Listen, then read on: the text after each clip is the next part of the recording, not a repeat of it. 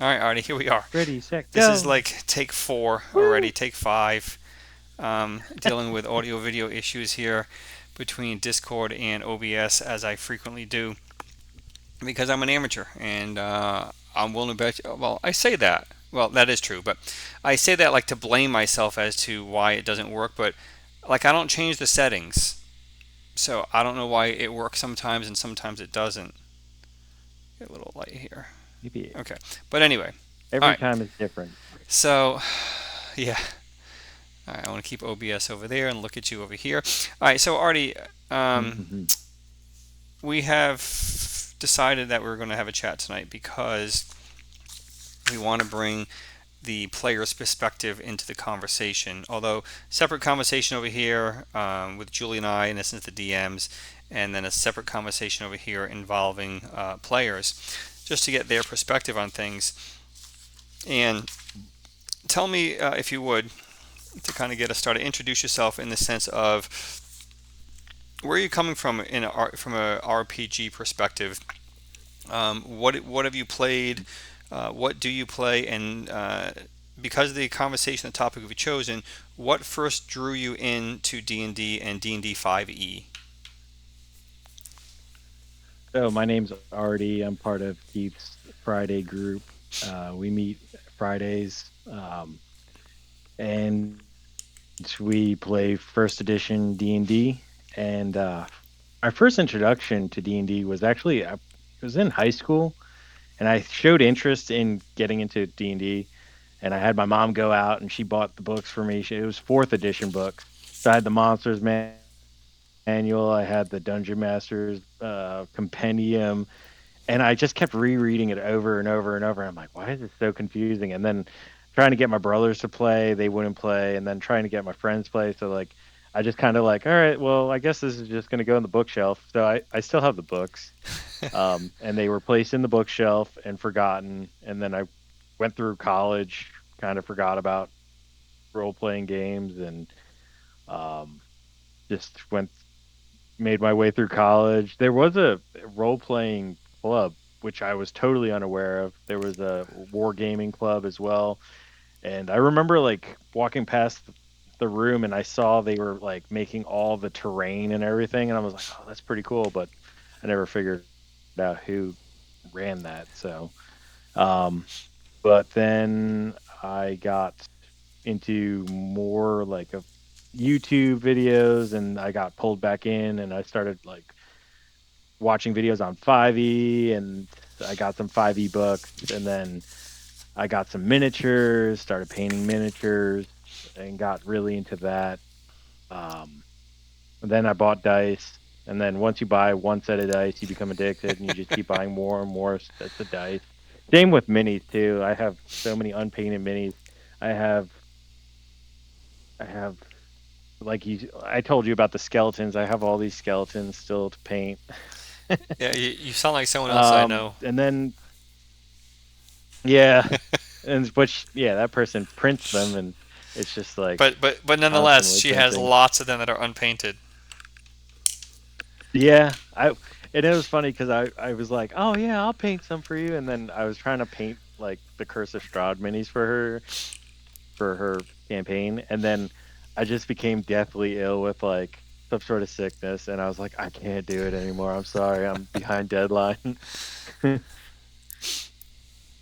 So then after like really getting into 5e, and then like I was living up in New York at the time as well, but I was also transitioning careers, and I was moving down to Virginia, and then I found the The game I store. found the shop that we play at. Yeah, the game store. I didn't want to dox ourselves, but I almost did. I was like this close. I was like, wait. Um,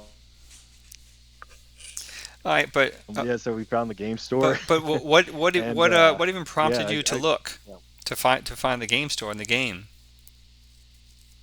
Well, I just wanted to find a group to start playing with, and I went to the game store originally to and was talking with the manager, and it's like, hey, do you guys have like a local D&D adventuring group? And he was like of no help, and it was the previous owner, and he's like, yeah, there is a group that like meets. like once every other week, but I don't know. There's no Discord either. And then new owners took over, and then the Discord was popping. New, there was new blood, and there was a lot of like movement going on. And then I got involved with Julie's group, and she was just running a bunch of one shots, and that was my first experience ever, like playing. And we were playing a bunch of one shots. It was like this. It was a one shot with pirates, but the one shots turned out to be like multiple sessions. So we'd like come back, and it'd be the same people. It was the same people over and over, and then she decided to run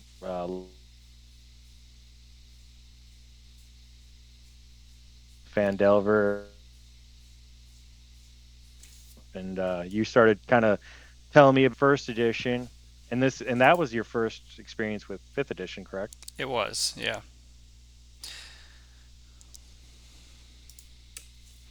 All right, so So Artie, that's and then I'm going to bear with me here. I'm going to try this, and it might jack up our recording, but I feel the need to try. Um, and again, I think it's an OBS playing with Discord issue that your oh audio no. video is just delayed. Mine is delayed a little less, but it is. And there were once or twice where you froze. And if anyone's going to watch this later, that can be really annoying to watch that because there's enough of a delay that it's obvious. Of course, if you Oh just listen no. to the audio, then it doesn't matter so much. But so I'm going to keep recording the video. I want to hang up the video call and I'm going to call you right back and we're going to keep our fingers crossed and see if that does it. Okay, here we go. All right.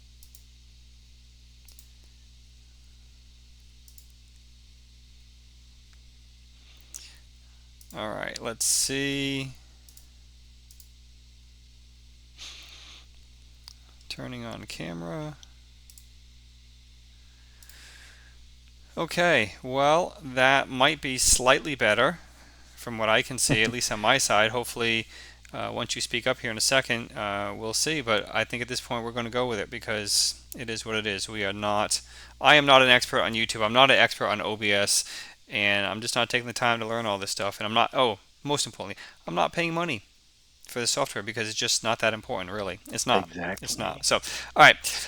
It's free. So you were saying how you started out high school to college, had interest but didn't really pursue it, and then when you relocated here down to the Richmond area, um, the bug got you some way somehow, and you said I want to find a game, and you contacted a local game store, and then you found a game. You found someone who was running some one shots, one shot after one shot after one shot, and then that actually transitioned into an actual campaign, and you stuck around with that. But having looked Yep. at 4E though, and knowing that there are other RPGs out there, what drew you? What attracted you? Do you think to D&D 5E? Well, it Yep. was just the latest edition out, and I figured, okay, well, it's the latest edition out, and I got a glance at it and was watching a bunch of YouTube videos, and it seemed pretty like straightforward, easy. Whereas like 4E was like I was getting confused trying to read the Game Master's compendium. I was like, this is there's so much here, so much stuff. Like so there was like a bunch of chapters on deities. It was just like I was like, all right, well, do I need to know every single like deity in this lore of D&D, or I was just getting a little overwhelmed with it. So So I know, and yeah, and I get it. The fifth edition, like that, was the latest, and now that we're 10-ish years into it, that's what people know. And especially with the craze that was created by what Stranger Things, and then yeah, COVID hit a few Stranger years Things. ago. People were staying home; they were looking for something to do, and that kind of further sparked some interest or renewed interest in something to do. So, but I'll tell you though, like I get it. Like that's the latest and greatest. I remember when I was a kid, I don't want to say grew up watching, but when I was a kid, my brother was playing. He was in high school. He was playing, and I would kind of sneak down the stairs and kind of watch him, him and his buddy play. And there was just the two of them. My brother was the player. His friend was the DM. That was it. And Mhm. then Oh, we did that. it kind of sparked my interest enough where I said I want to play, and I started self-teaching a little bit and just breaking out the player's handbook and reading it. And Hmm. then I started trying to play with a friend of mine. And I remember he came along one day and he had the second edition player's handbook. And at the time, I had no concept that this was the second edition. I'm thinking like this was just like the second printing. Like this is the latest version of the textbook, right? So it's still kind of the same, but a few little modifications or updates, and not really what we now know is the first of a transition to a transition to a transition to a completely different game that it is today than what it was then. So I had no Hmm. idea. And so we were just merging stuff to first and second edition together because we had no idea they were actually not the same. So we just thought like it was an update and not like a really a new thing. So, all right. So you got yourself into 5e. All right. Let me even before we go into that, what is it that draws you in or has attracted you to RPGs? It is the storytelling and the building a story together, building like having fun with friends, that camaraderie, like just hanging out and making a story together. Oh, I'm sorry, I'm getting another call right now. Oh, crud. I can pause the video. Oh man. All right, yeah, if you could pause it. Okay, My and coworker is pause. calling me right now. Yep, ready. All right, we're back. I'm not really sure exactly where we left off because we had to pause because I already had to take a phone call. We were saying how Should have wrote it down too. first edition, Sorry. second edition for me, how I didn't realize they were really separate. Of course, I know now, right? We were asking what Hmm. attracted you to RPGs as a whole. You were saying the Oh, storytelling and the camaraderie of just the people, the relationships, the friends, and just yeah, playing with others. And yeah.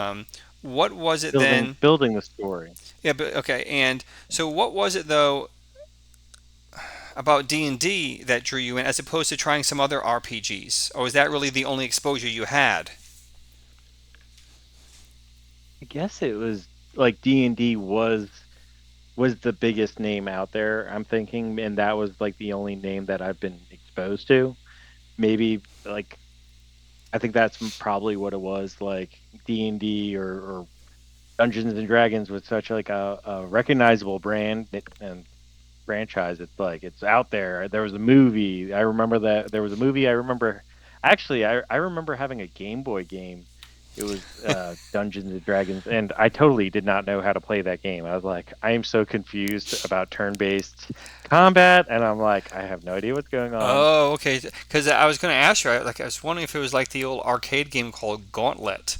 But if you're saying turn-based, then it Yeah. definitely was not like that. No, it was specifically a actually I think it was a Game Boy game or a Game Boy Advance game, and there was a big beholder on the front, and it looked evil. I don't remember what the actual game was called. I do remember though that, and it kind of jogs my memory. Back in like grade school, growing up, going to the library. Do you remember those choose your own Oh adventure books? yes. Oh certainly. Oh, I loved those when I was a kid. Those were so Yeah. great, As a matter and of fact, I think that's that how I might be. first introduced my wife to D&D. We were on a cruise. Well, not maybe not first, but fairly new. We were going on a cruise, and I brought the book with us. And on day Hmm. one, like we just got on board, everyone's kind of getting settled in. You got some time till your bag arrives and the first meals and activities. So we were just kind of sitting out, lounging around. I said, "Here we go," and we played until we died. Because we didn't finish, we died. But anyway, so yeah, I loved those as a kid.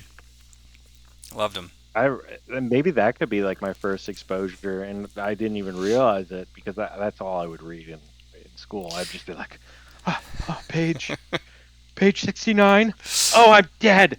Well, redo, and then I'll like Yeah, go back pages and yeah. Have cheat. your mulligans and kind of go back and do it over. Yeah, yeah. Yeah, For those who kind of yeah, cheated with it and not just start all over and go from there. But yeah, and everyone did. You're not alone in that. So, all right. So okay. you started Glad to playing hear that. fifth edition because again that was kind of what you knew. That was your exposure, and didn't really, no pun intended, venture out into other RPGs because that's kind of what you were familiar with or what you knew. And you found the local game store once you got down here, and you started playing in the one shots. It had your interests, the people, the DM, Mhm. whatever it was. Yep, it So was Julie. Julie kind of paved the way. She had like a few people come. It was actually the first group was a family of three, so it was a father, son, and the wife, which was really cool. I was like, oh, that's like really interesting that they decided like, hey, we're gonna do every Friday. We're as a gonna go family out as a thing, right? family. Yeah. Yeah. Yeah, So so unfortunately, I on don't a quick see much side note on that, like going again. as a DM, like yeah, that's great. I get three people consistent, right? But Hmm. oftentimes, by the same token, it's all or nothing. So if they don't show up, I lose out on three people for that. Yeah, that's why, as a Yeah. general rule, like I'm never a favor of couples or families or whatever because it's all or nothing typically. So, but anyway, all right. So Yeah. how'd you find yourself? How'd you find yourself playing first edition? Well, you had told me about. Well, we were sitting right next to each other during Lost Minds of Fandelver, Fandelver, yeah. or yeah, Lost Minds of Fandelver, and we kind of just stuck together during the campaign too because you were the ranger and I was a druid. And it was the first time I ever played a druid, and I was like out of my comfort zone. I was like, I'm so used to playing a cleric. I'm even a cleric in the first edition game that playing right now too. So I'm so used to a cleric that I'm like, let me just get out of my comfort zone and play a druid. And so me and you were like clearing houses and like kind of being tactical about it while everyone else is kind of like doing their own special abilities and stuff like that. So it's pretty interesting. Okay, but Um, that doesn't really answer the question though. How'd you get into first I edition? know. Okay. Well, it was you. It was you. Yeah. You had offered to DM first edition group, and I was like, yeah, I'll join the group because I think that fifth edition table is growing so much, and you had told me about first edition and the different play style, the realism as well, and I thought that was pretty interesting, like how and also like playing as well. It's like when you're playing first edition versus playing fifth edition, it's like first edition, your character can die that day. You can have a total party kill. Like whereas fifth edition, it's kind of like you still have you still have three death Death saves, saves. and if you make all your death saves, then you're just knocked out or you're in a coma, and then you'll if as soon as someone gives you a healing potion or someone heals you up, you're ready to fight, you're ready to kick ass again. So So the I don't know. Like all right. So I'm gonna let me back up a little bit. Correct me if I'm wrong in this. You actually started playing first edition prior to that because when Minds of Fandelver finished, under much encouragement, Julie was taking several weeks off. Julie, the DM, was taking several weeks off from that's right. transitioning to the next campaign. And Yep. while she didn't, she kind of did. She was still D&D here and whatever. But anyway, so that created a void, and I jumped up and said, "Hey, if anyone's willing to try it or is interested in trying it, I'll Yep. do a first edition one shot." And I kind of made one, That's extracted a component of one of the classic I 1E totally yeah. modules, and made a one shot out of that, and which lasted a couple weeks. And that's where you and Yep. several of the other of these 5E players, from the same table, joined to play. and that's when you got your That, first. Well, that's right. presumably that's your first exposure, your first experience with 1E, and you got the bug, so to speak. Now, Yep, and so did Ross too. yeah, Ross got yeah, the bug Ross too. too. And again, That's right. I, but Ross I didn't don't know. play in the 5e, so he doesn't have a point of reference. I thought he played like a few like I thought he was part of Fandolin, I don't think he was Fandelver. at all. I could be wrong. I totally memory hold that too because I remember it was what was it was Keep on the Borderland. And that was so much fun. Yeah. Remember that was the trauma and the atrocities that were committed during that that, that short So, time. um, so before we start talking about so what is it that you has drawn you to 1E? You started to discuss that, but if you could expand on that a little more, or maybe some more specific nuances, contrasting between first edition and fifth edition, as to what has drawn you, or kind of, I don't want to say necessarily pushed you away from fifth edition. Maybe it has, but really pulled your interest into first edition. What is it that you like about it? I like the resource management and how we have to watch our resources and be mindful of how many spell slots you have, what spells you can use.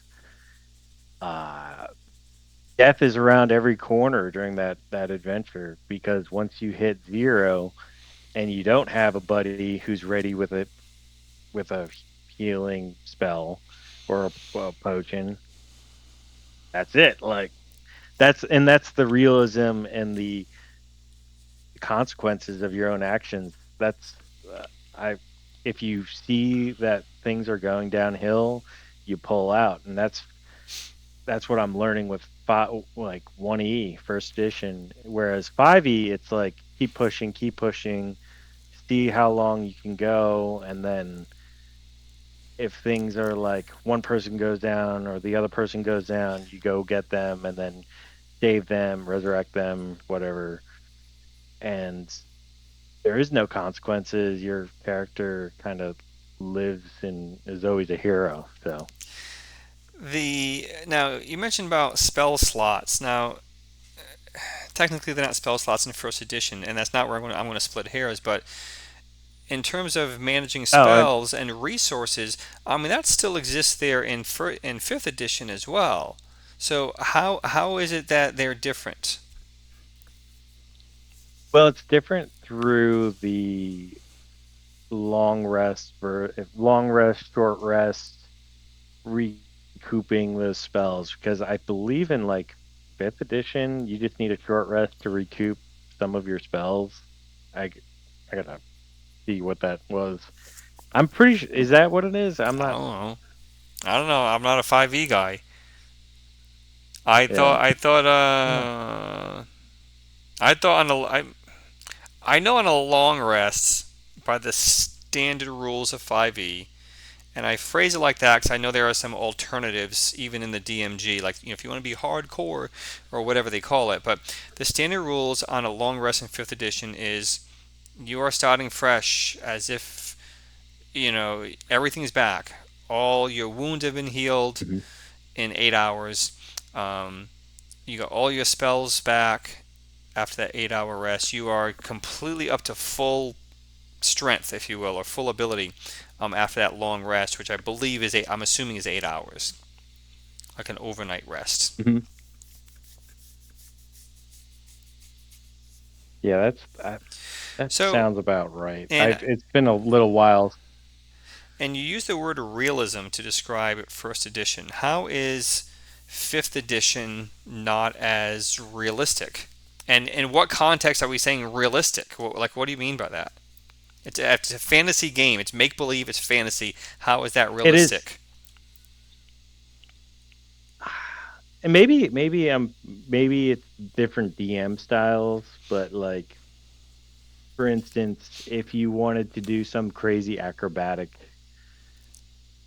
fighting style, or if you wanted to jump from this point to that point, or if you wanted to jump from the ground or be thrown from the ground to the back of a horse to take out someone, it's like you have to. 5e, it's like, okay, that could happen. Like, let's roll it out and see where it rolls. Whereas, like, I think first edition, it's more of like, all right, what is it logically? Like, are you going to do that? Like, is it going to be a bunch of flips and then taking out the bad guy?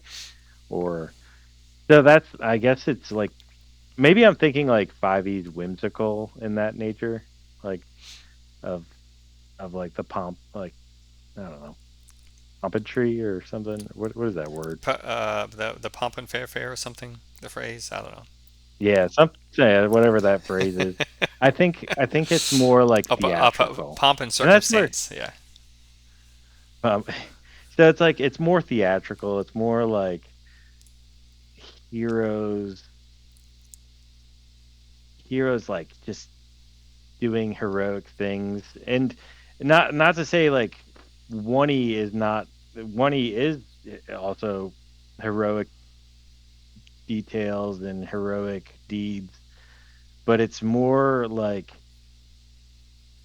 grounded to earth, I would Okay, say. Like, it's funny you say grounded to earth because Julie and I recently talked about rule of cool versus rules as written. Like where's your balance? What's your style of play? And when we started that conversation, I asked her. I said, Julie, what is the rule of cool? And she said da da da da da. I said, okay. I said, here's my definition of rule of cool. And it kind of tied into what you're saying there that first edition, yes, it's a fantasy world, but very much still holds to the world as we know it here in real life on Earth, in that certain principles apply, physics applies, gravity physics. exists, right? These kind of Hmm. things, and yes, they exist in fifth edition. It's not what I'm saying, but we apply more of real life application and limitations in first edition, and that's what I think is the rule of cool is when you go against that. Working with your example um, of springboarding, pole vaulting, whatever, onto the back of a horse. Well, some people can, I guess, if you're tall and you run fast and you're a long jumper or a high jumper or something, right? But most of us aren't. Hmm. And especially if you're a dwarf or a little gnome or a halfling and the horse is three times your height,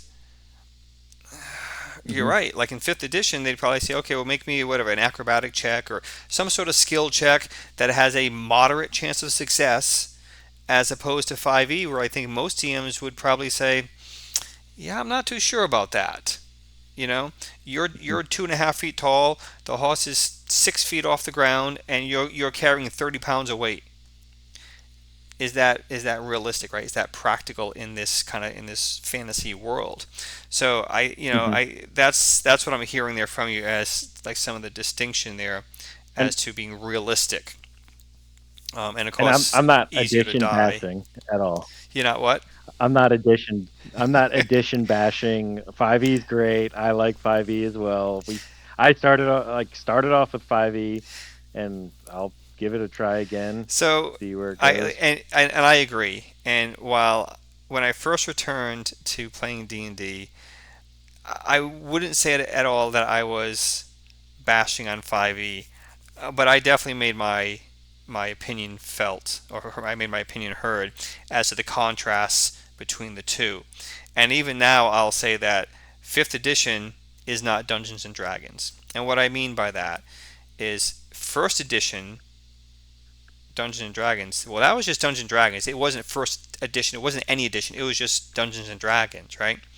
And now that it has evolved over five, six editions, depending how you want to count it, seven maybe, and 50 years, with each iteration, it has morphed a little bit and a little bit and a little bit, and it's transitioned so much Hmm. in those 5 decades that it is not at all. Excuse me, I have an alarm going off to remind me of something. So, it is not at all anything close to. I should say, it's not at all first edition. And first edition to Okay. me is Dungeons and Dragons, and this over here is labeled as Dungeons and Dragons, but it has changed so much. It's such a completely different game. It's tough for me to swallow that it's called Dungeons and Dragons. Hmm. But it is And what that's it is what it is. and that's what I also like about first edition, because first edition is there's it's not completely like it's not a complete game, and it gives DMs the discretion on certain aspects, because there's certain gray areas that are not like mentioned or written down, whereas like this book is, what is it, 307 320 pages, and then this one is 100, and it's pretty basic. Like I can read it and understand it. And And what are these two books you're talking about? I have the first edition player's handbook. Okay, so that's what 140 pages or something, and the fifth Yep. edition Player's Handbook is 300 plus. Yeah, 300 plus with index, so like 320. So it's twice the size. Oh, with that was the Dungeon Master's Guide. I'm Okay, sorry. okay. Let me see what. Let me see. Yeah, I don't want to give you false information. Let's see what the player's handbook. Player's handbook is about the same too. But I think the modules are like the old Oh school yeah. modules are really like So retro, and yeah, they so the they have first that edition modules cool. are similar to what you're describing there, not only in the volume, but also how they're very kind of open. Okay, so the first edition, excuse me, fifth edition mod campaigns they call them, are about the size of those books. They're a couple hundred pages, 300 pages, somewhere in that range. And Yeah. a first edition module, which I have here in my hand, this is the Against the Cult of the Reptile God, which is my Tuesday night game. This is a whopping 28 pages. Hmm. 28 pages. Okay, so yes, first edition by comparison is very open ended, I think is what you said, right? But that ties Yeah. into or relates to different, not just game styles, game philosophies, okay? And Yeah. never until recently would I have thought about game philosophy and game design. Before I comment on that, I'll say that until this week even, I kept saying how 5th edition takes away from the DM's agency because that book is so big. Everything is there. Like they've thought of everything. And in doing Hmm. so, it's all defined, which makes it super easy, I would imagine, to DM by comparison, Hmm. um, because it's all there. So just kind of show up and present it, so to speak. And it doesn't allow the DM to really do much with that, to inject here or there. I'm sure it can still be done, of course, but it's not as open as you described it. So someone in our Discord group for the game store that we play at posted something about gaming philosophy, a video about gaming philosophy. I think perhaps that might have been you. And I watched that a couple times. Then I watched another one that same guy has that really well defined it. And I'll put those links in the Oh, notes here. But was that with questing beasts? Was it no, I that don't think gentleman? so. Oh, okay. But Maybe I'm thinking of a and different he video. and while he didn't really identify first edition, fifth edition, he was describing the different game philosophies, and essentially there's describing Mm. two. And then at the end, he went and said, "Oh yeah, like if your Pathfinder falls under this one over here, and the old school essentials, as like D&D First Edition, falls on the opposite side of his little diagram that he was working on." So they're really completely different Hmm. game philosophies. And when he described several components of each of these philosophies and contrasted them, and then you look at first edition and fifth edition, you see they are in fact completely different games. They completely different game philosophies. So it's not that one is better than another. It's not that one is right or wrong. It's which one works for you. And for Hmm. me, it's first edition and not fifth edition.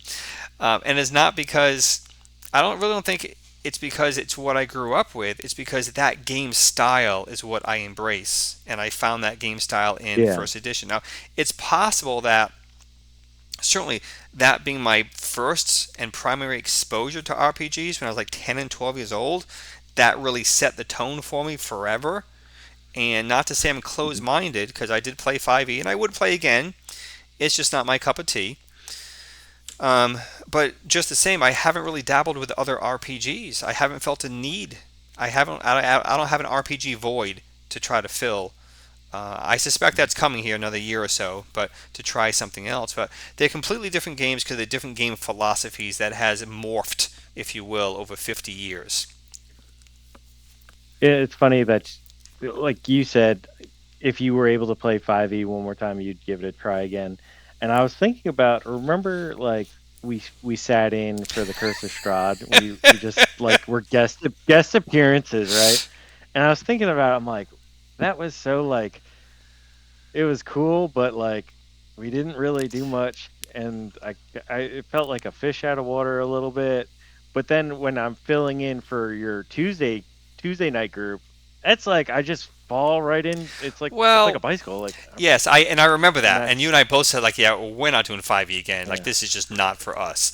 And yeah, had yeah. nothing to do with the group because we played with that group before. Has nothing Nothing to to do do with the with the group. GM. Yeah, It's just not for us. And we're like, oh yeah, like we're not doing this shit again.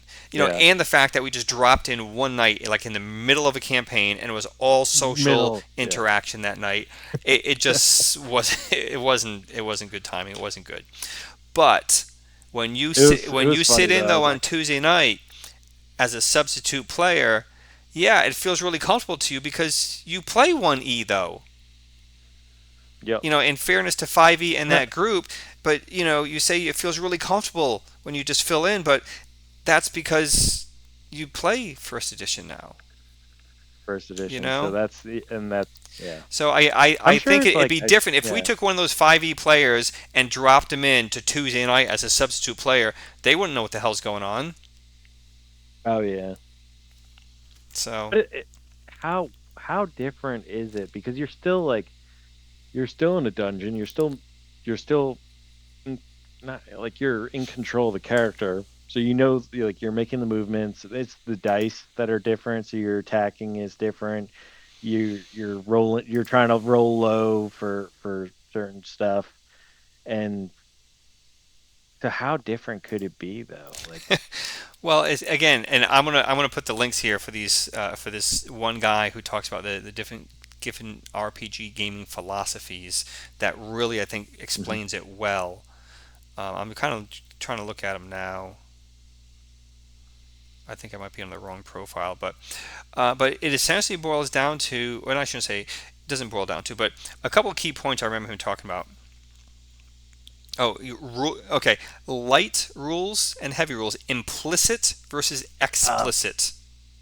Does that sound yep. familiar? It's called I do remember. the Yeah, that does sound familiar. the Yeah. the channel is Tales from Elsewhere. Mhm. Okay, so rules heavy is fifth edition, Pathfinder. Rules light is Old School Essentials, is Dungeon Crawl Classics, is Dungeons and Dragons First Edition. You might even say Daggerheart. I don't know enough about not Daggerheart. Shadow Duck. I don't Old know school. enough about that You said Daggerheart. old school Um, essentials, right? Yeah. so they're very rules light, and being rules light, like there's so much open endedness that the players and the characters, it's a little more sandboxy.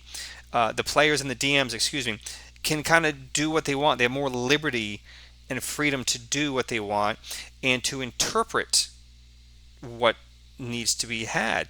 But just the same, that also Yep. puts a heavier burden on the group as a whole because there's more that needs to be adjudicated because it's not as well defined in the core rule books. Conversely, Mhm. fifth edition, as you said, that rule book, Player's Handbook, and the DMG is combined is roughly 700 pages compared to first edition, which might be like 300. So there's not as many rules, or as the rules are not as defined in first as fifth. So with all that explicitness of how to play and how to adjudicate things, there's really less need for adjudication. And some people are drawn to that. I remember, I won't name names, but there's someone in the that fifth edition group that we've been talking about who is rules heavy. Right, he loves the rules, and that's why he's attracted to Pathfinder because there's so many Mhm. rules that you don't have to worry about figuring anything out or interpreting anything. It's all laid out there for you. So that makes it I would imagine, easier on the game master or the dungeon master to do that, to Hmm. adjudicate, because there's not as much to adjudicate. You don't have to make a ruling in that traditional sense. So they're just completely different games.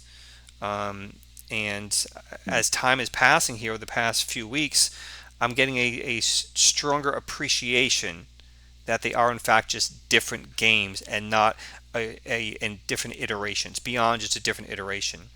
It's a different game Hmm. altogether. So as much as I kind of bash on fifth edition, um, and in a sense, yeah, it's deserved because it's not first edition, and they're still calling it Dungeons and Dragons, right? Um, that perhaps I shouldn't. So you and I talked about, oh, I think maybe Julie and I as well, that another player that we've encountered here over the past year or two is someone who was talking about, and I guess they do this in the Eberron campaign too, talking about like robotics and guns and all this other stuff. And Yeah. I was like, that's not Dungeons and Dragons. It's not. You can call it that. It doesn't make it that. And that's kind of the way I feel between first edition and fifth. You can call fifth edition Dungeons and Dragons, and it kind of sort of is, but like it's not. It's not this. So if Yeah. splitting hairs maybe, but call it something else because it's not what you're saying that it is. You can put lipstick on a pig Well, and call it a woman. It doesn't make it a woman. It is what it is. and it's funny because I was thinking about our Friday campaign. Uh, Danger at Dunwater. uh, yeah, Danger at Dunwater. I'm thinking Shadow over Innsmouth, but that's something that's totally different. Yeah, Dangers over Dunwater, and the the at the house in Saltmarsh, the haunted house, we found the alchemist's lab. We were like super cautious about the area. We found some flash powder, and I'm like, well, flash powder is flammable. We can make a bomb. That would really piss you off, Well, all I'm going to say is, but my character wouldn't know that. Like, but he all I'm wouldn't saying is know the that compressed it's stuff. not what you think it is. So I'm, Okay. I'm not going to spoil alert anything, but it's not what you think it is. And remember, being flammable Okay. is different than being explosive, Yeah, right? Okay. but you can compact something to a point where it becomes that. I don't know. Yeah. Well. Or as our friend would say, our friend would have something and cover it in flour, and then the flour, when it expands, it becomes a giant fireball. Or I don't know if you were there for that or No. not. No. No. No.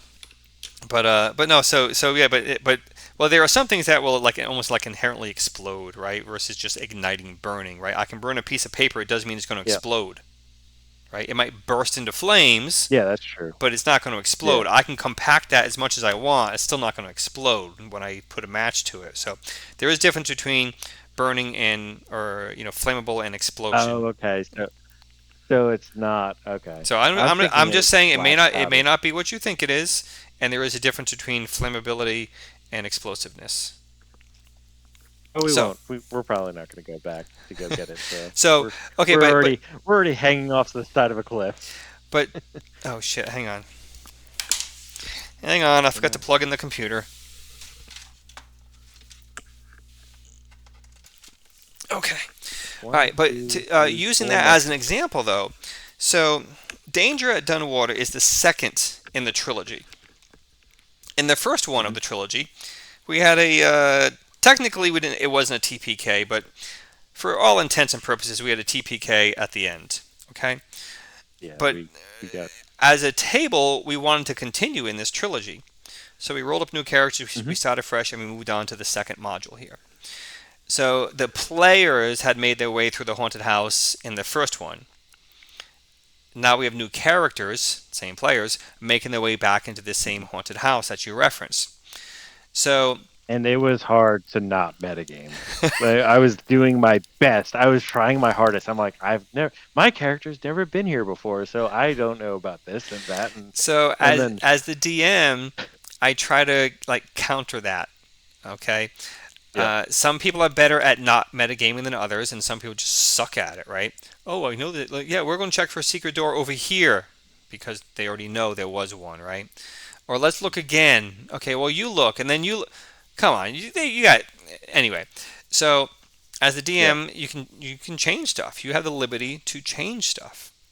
So when you guys first went in the house, you found your way all the way through all three levels and like the caves that were down below. On this go around, the party has not found any sort of caves, but instead they have ropes going down the cliff into the water, which you guys did not find or maybe wasn't even there on the first go, right? I'll tell Hmm. you, it wasn't there on the first go because it didn't need to be there because it wasn't in the module. Neither is the whole well It thing. kind of You did a good job though, because I was like, oh, maybe they are offloading the ship and just carrying that stuff like up the side of the cliff. Like I don't know, like maybe the tide is too high and the boat can't row into the cave. And Yeah, yeah, I was yeah. like, oh yeah, that kind of makes sense. You fooled me because I was like, yeah, that is actually a good point. Like, So, again, in full disclosure, that's not in the module and it wasn't there first time. And it wasn't there first time because I didn't need it to be there first time. So this is kind of like my counter to challenge the players, not only in not metagaming, but to challenge them as to here's a challenge, here's a problem. You guys need to figure out a solution. yeah, So, anyway, and I think a we little we did a sidetrack pretty there, but pretty solid job. yeah, We were like figuring it out. yeah, I think you guys are doing okay. I think I felt like felt. I'm not saying this is reality. I felt like I was spoon feeding a little bit there, as to kind of talking you through Hmm. this, a the solution that you guys started to work on. But anyway, Because it was like, let's hammer in this 6 foot pylon yeah, he's into the like, oh, ground with I'm my gonna little whack it with my mace. I'm like, footman's listen, mace. get yourself 4 feet of rebar and you try to hammer that into the ground. That unto itself is work. And that's only 4 feet, not six. And that's this big around, right? Versus something that's this big around. And then I'm like, why don't we just tie it to the house that's 100 feet away, like or 300 feet away? We still have plenty of rope. So, all right. So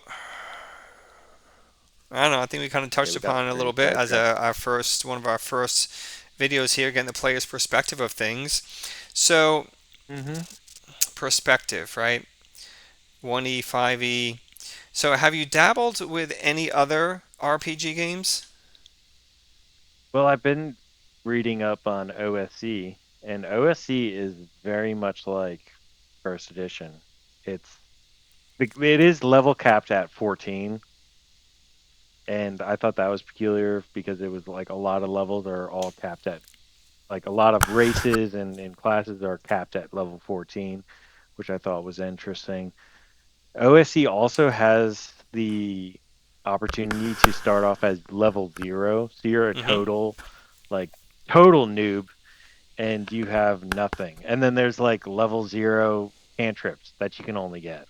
And the cantrips are dog shit. Like you can't really do much with those either. Like So do you but think that it's interesting. it's worth playing OSE, or is it better to just perhaps pull from that, pull bits and pieces, and insert it into First Edition? Since you said that they're very Think similar. yeah, they're very similar. I think pulling pieces from it would be it goes both ways because I want to give it a try with my family. I want to give it a try with my brothers when they're here, whenever they come down to Virginia, and I'm I want to give it a try and see how it goes. But also like some of the information about thieves skills and the idea of like a level 0 and having like you're a total noob, like you're a baker or you're like an apprentice blacksmith or like really interesting things of that nature. And those aren't in the OSC book, like the standard OSC book. Those are like part of the carrying is that the carrying crawler or whatever. Are you talking I about think I sent it to you. Dungeon Crawl Classics? Carcass Oh, Carcass Crawl, carcass yeah, yeah, crawler. which is a different game. That's a Yeah. different game. Now, Level Zero does exist in First Edition. I've seen that before. Actually, but I think that might have been basic expert, BECME, and not Oh. advanced Dungeons and Dragons. But Mhm. level zero essentially means you are not yet a professional adventurer, right? Like you said, you're still in training. It's the apprenticeship Mhm. or whatever. You are still transitioning from your trade that you had, blacksmith, baker, leathersmith, whatever it was, leather worker. What do you call? Yeah. And Lecturer. and you're making that transition, so you're not quite level one yet. Mhm. I've never dabbled with that. That just seems like more work to develop It's that it character. seems like more it seems like more work, but I think like the payoff would be really cool to be like, yeah, I started off at like level 0. I was really a nothing and like one hit could kill me cuz Well, even like at first level, one hit can like kill you. But now yeah, that could simply like tie into your backstory. And while that could I yeah. don't never really feel a need for a backstory, a defined backstory, you could just say, "Hey, man, I was a this is my backstory, right? I was a leather worker, and I came from a family of five in this town over here, and here I am." And I've worked I had interest in wielding a sword. I got good at it as an adolescent, and here we go. So I think to kind of play it out, to actually role play that at level zero and go from there, I'm not sure like how fun that would be. How much for me, how much flavor that would really add Yeah. to be in I could see essence that too. Yeah. subpar, right? You know? Yeah, you're sub adventurer kind of. Like Yeah. you're Like just not even I don't want to like be. when you Yeah. why would anyone at the tavern give you like the time of day to like give you any information because you're just like a peon. Like And that's and exactly what that's it is. I feel like You're a peon. yeah. You're the what do you call that when you're in grad school? When you're the assistant, You have right? you I'm just a lab assistant. you're the plebeian or is it plebeian? No. Um, I'm trying to I don't think. know. Anyway, um, The I don't the know. another interesting point though to that like I don't really have a backstory for my character Gideon that we're playing in not fifth edition, but on Yeah, Friday you want to know why? on first edition. And I've said this before because it doesn't really matter.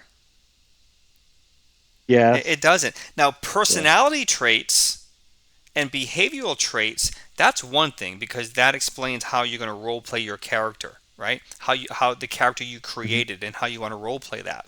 That's one thing.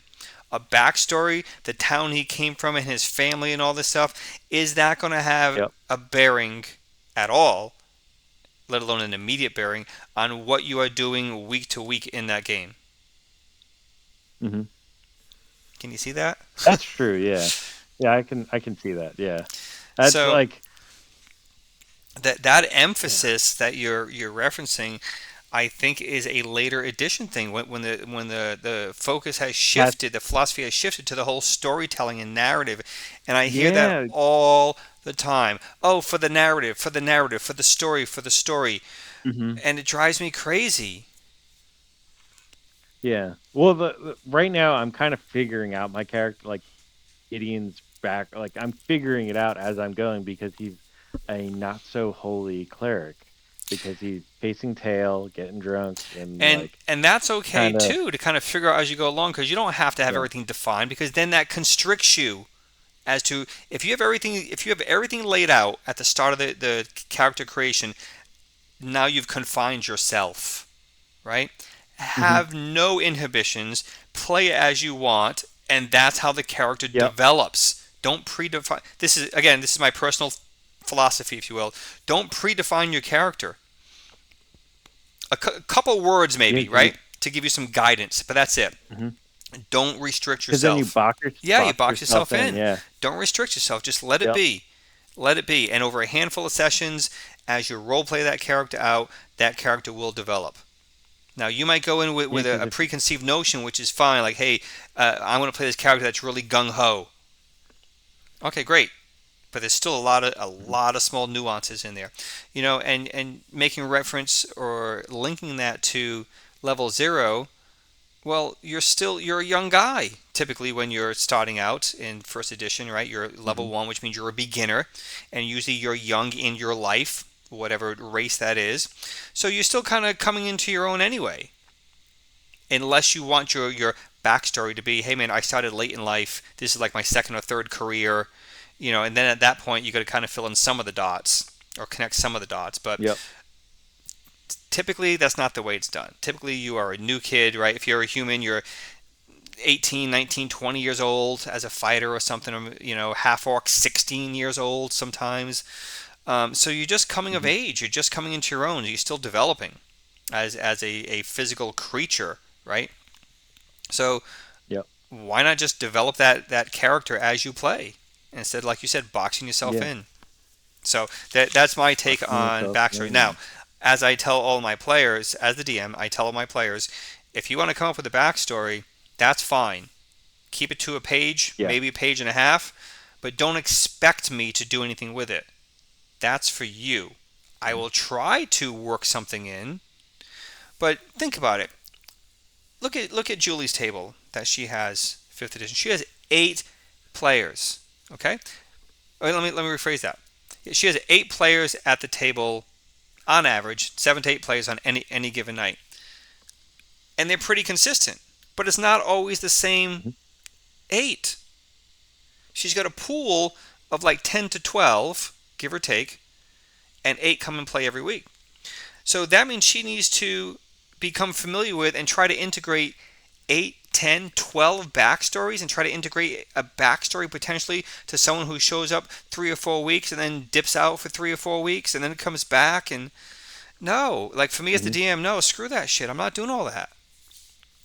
I think there is that one character who does not speak, cannot communicate with the party other than like the words that he learned through. I'm not gonna. I'm gonna roll my eyes at that, and I'm just gonna verbalize. I roll my Okay, eyes at that, but yeah, that's really that's really locking yourself into a box. it, Because it, it and he, really takes away the he role play from it too.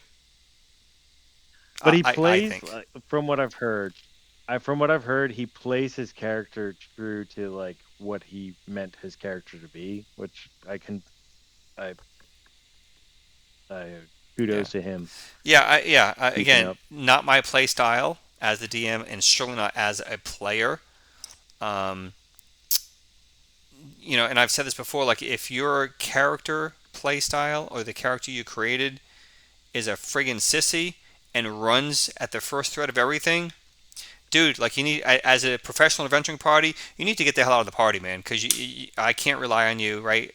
You can almost link or parallel that to a SEAL team, right? You got 4, 5, 10 guys, whatever it is, I don't know. You got a small group, they Hmm. rely on each other, right? They depend upon each other. Their lives literally lay in each other's hands. If I can't count on you to have my back and you're going to run off, you don't belong in this group. And if you have developed this really sissy, pussy ass character, dude, out. Not the player. Maybe the player can That's stick around, but you need a new character. It's not going to work. that's the it's a quirky flavor, and Julie Julie would probably say it's just the flavor, and every flavor is different, and And it it's is. Every just flavor is different. Yep, I agree. And style of play, and I get all it's that. I'm just saying, like, for me as a style player, play. that would not fly. Yeah, That would not fly. yeah. I would kind of be like tilting my head, like, okay, that person's running off into the woods now. Either someone's gonna go stop him, or he's just gonna run off into the woods and get killed. And then it's like, oh no. Yeah. Yeah. But Anyway. All right. So, what were we saying? I What were thought we an saying? interesting. Go ahead. Oh, I'm sorry. No, no, go, go, I go. thought an interesting point that as the two groups, 5e and 1e, 1e and 5e are both like kind of advancing and developing and what's it, evolving together. And you guys are like bouncing ideas back and forth from each other. And the idea of having that character, if that player can't make it to the session, that character is not going to just sit back at the tavern and not be a part of the adventure.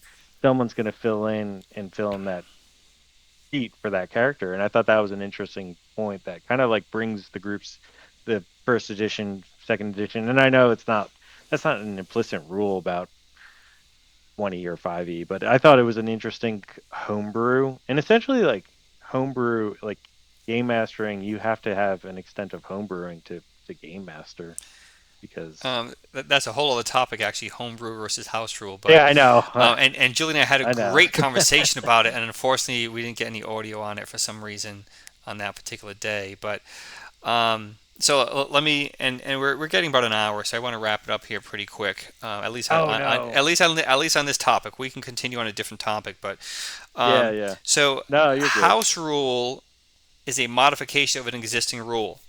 Homebrew is, holy shit, I have this whole new unique concept I'm bringing up. That's a homebrew. Okay, so Yep. House rule then, yeah, yeah, so house. So I just wanted to kind of that's how I define that. yeah. So I wouldn't even call that a house rule as it is a play style, right? Or as I would say, like how does the DM run the table? Table Hmm. management, right? It's player management, table management kind of go hand in hand, but table management. And the reason why I did it, because I don't do that on my two Discord games. I don't do that on Sunday or Tuesday night Discord games. I only do that on Friday nights at the game store. And the reason why, well, that's not true, but the reason why I do that on Friday night in the game store is because as the DM, I guess I do it on my Discords too. As the DM, I don't want to have to shift on the fly, perhaps in 10 minutes notice, of what characters are going to be there, right? So if we have six players, six characters, and only four show up, I only have four characters. Is a very common way people will play, right? So what four characters are those going to be? I don't know until 5 minutes before the game and these two people don't show up, right? Maybe they let me know ahead of time, but now that also means that party of six is now a party of four, and they're in the exact same location we picked up, we finished last week. So they're in the middle of a dungeon crawl, and two guys are just gone. So Hmm.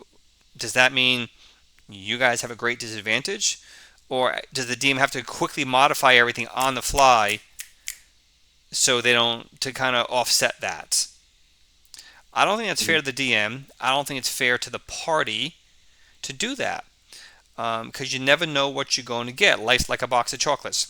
Well, I don't want my D&D game to be like a box of chocolates. I want to know what it's going to be. So for that Hmm. consistency of the party, once we kind of created the initial party, that's the party. And if someone doesn't make it, someone else will take that character sheet and they'll have two character sheets that night, or maybe we get another player to come and fill in. Again, that's Hmm. just as the DM, that's how I run my table. Philosophy, maybe, but definitely not a rule of any kind in any edition of D&D that I've ever heard of. It's just how you run your table, and I much rather do that than say, oh, Arty can't make it tonight, so we're going to cancel, because that's not fair, right? Hmm. So you got Yeah. seven other players, and Arty can't make it, so no one gets to play. Likewise, it's also Hmm. not fair for the party, the characters, to instantly a man disappears or abandon them to go back to town for the day. What the Yeah. fudge, man? Like, why are you leaving us? Like, to me, like it doesn't make sense. Hmm. I can't quite adjudicate that. I can't quite come up with a logical, dare I say, story-based explanation as to why that would happen. And then to do that consistently, week Hmm. after week after week, for me, it doesn't add Yep. up.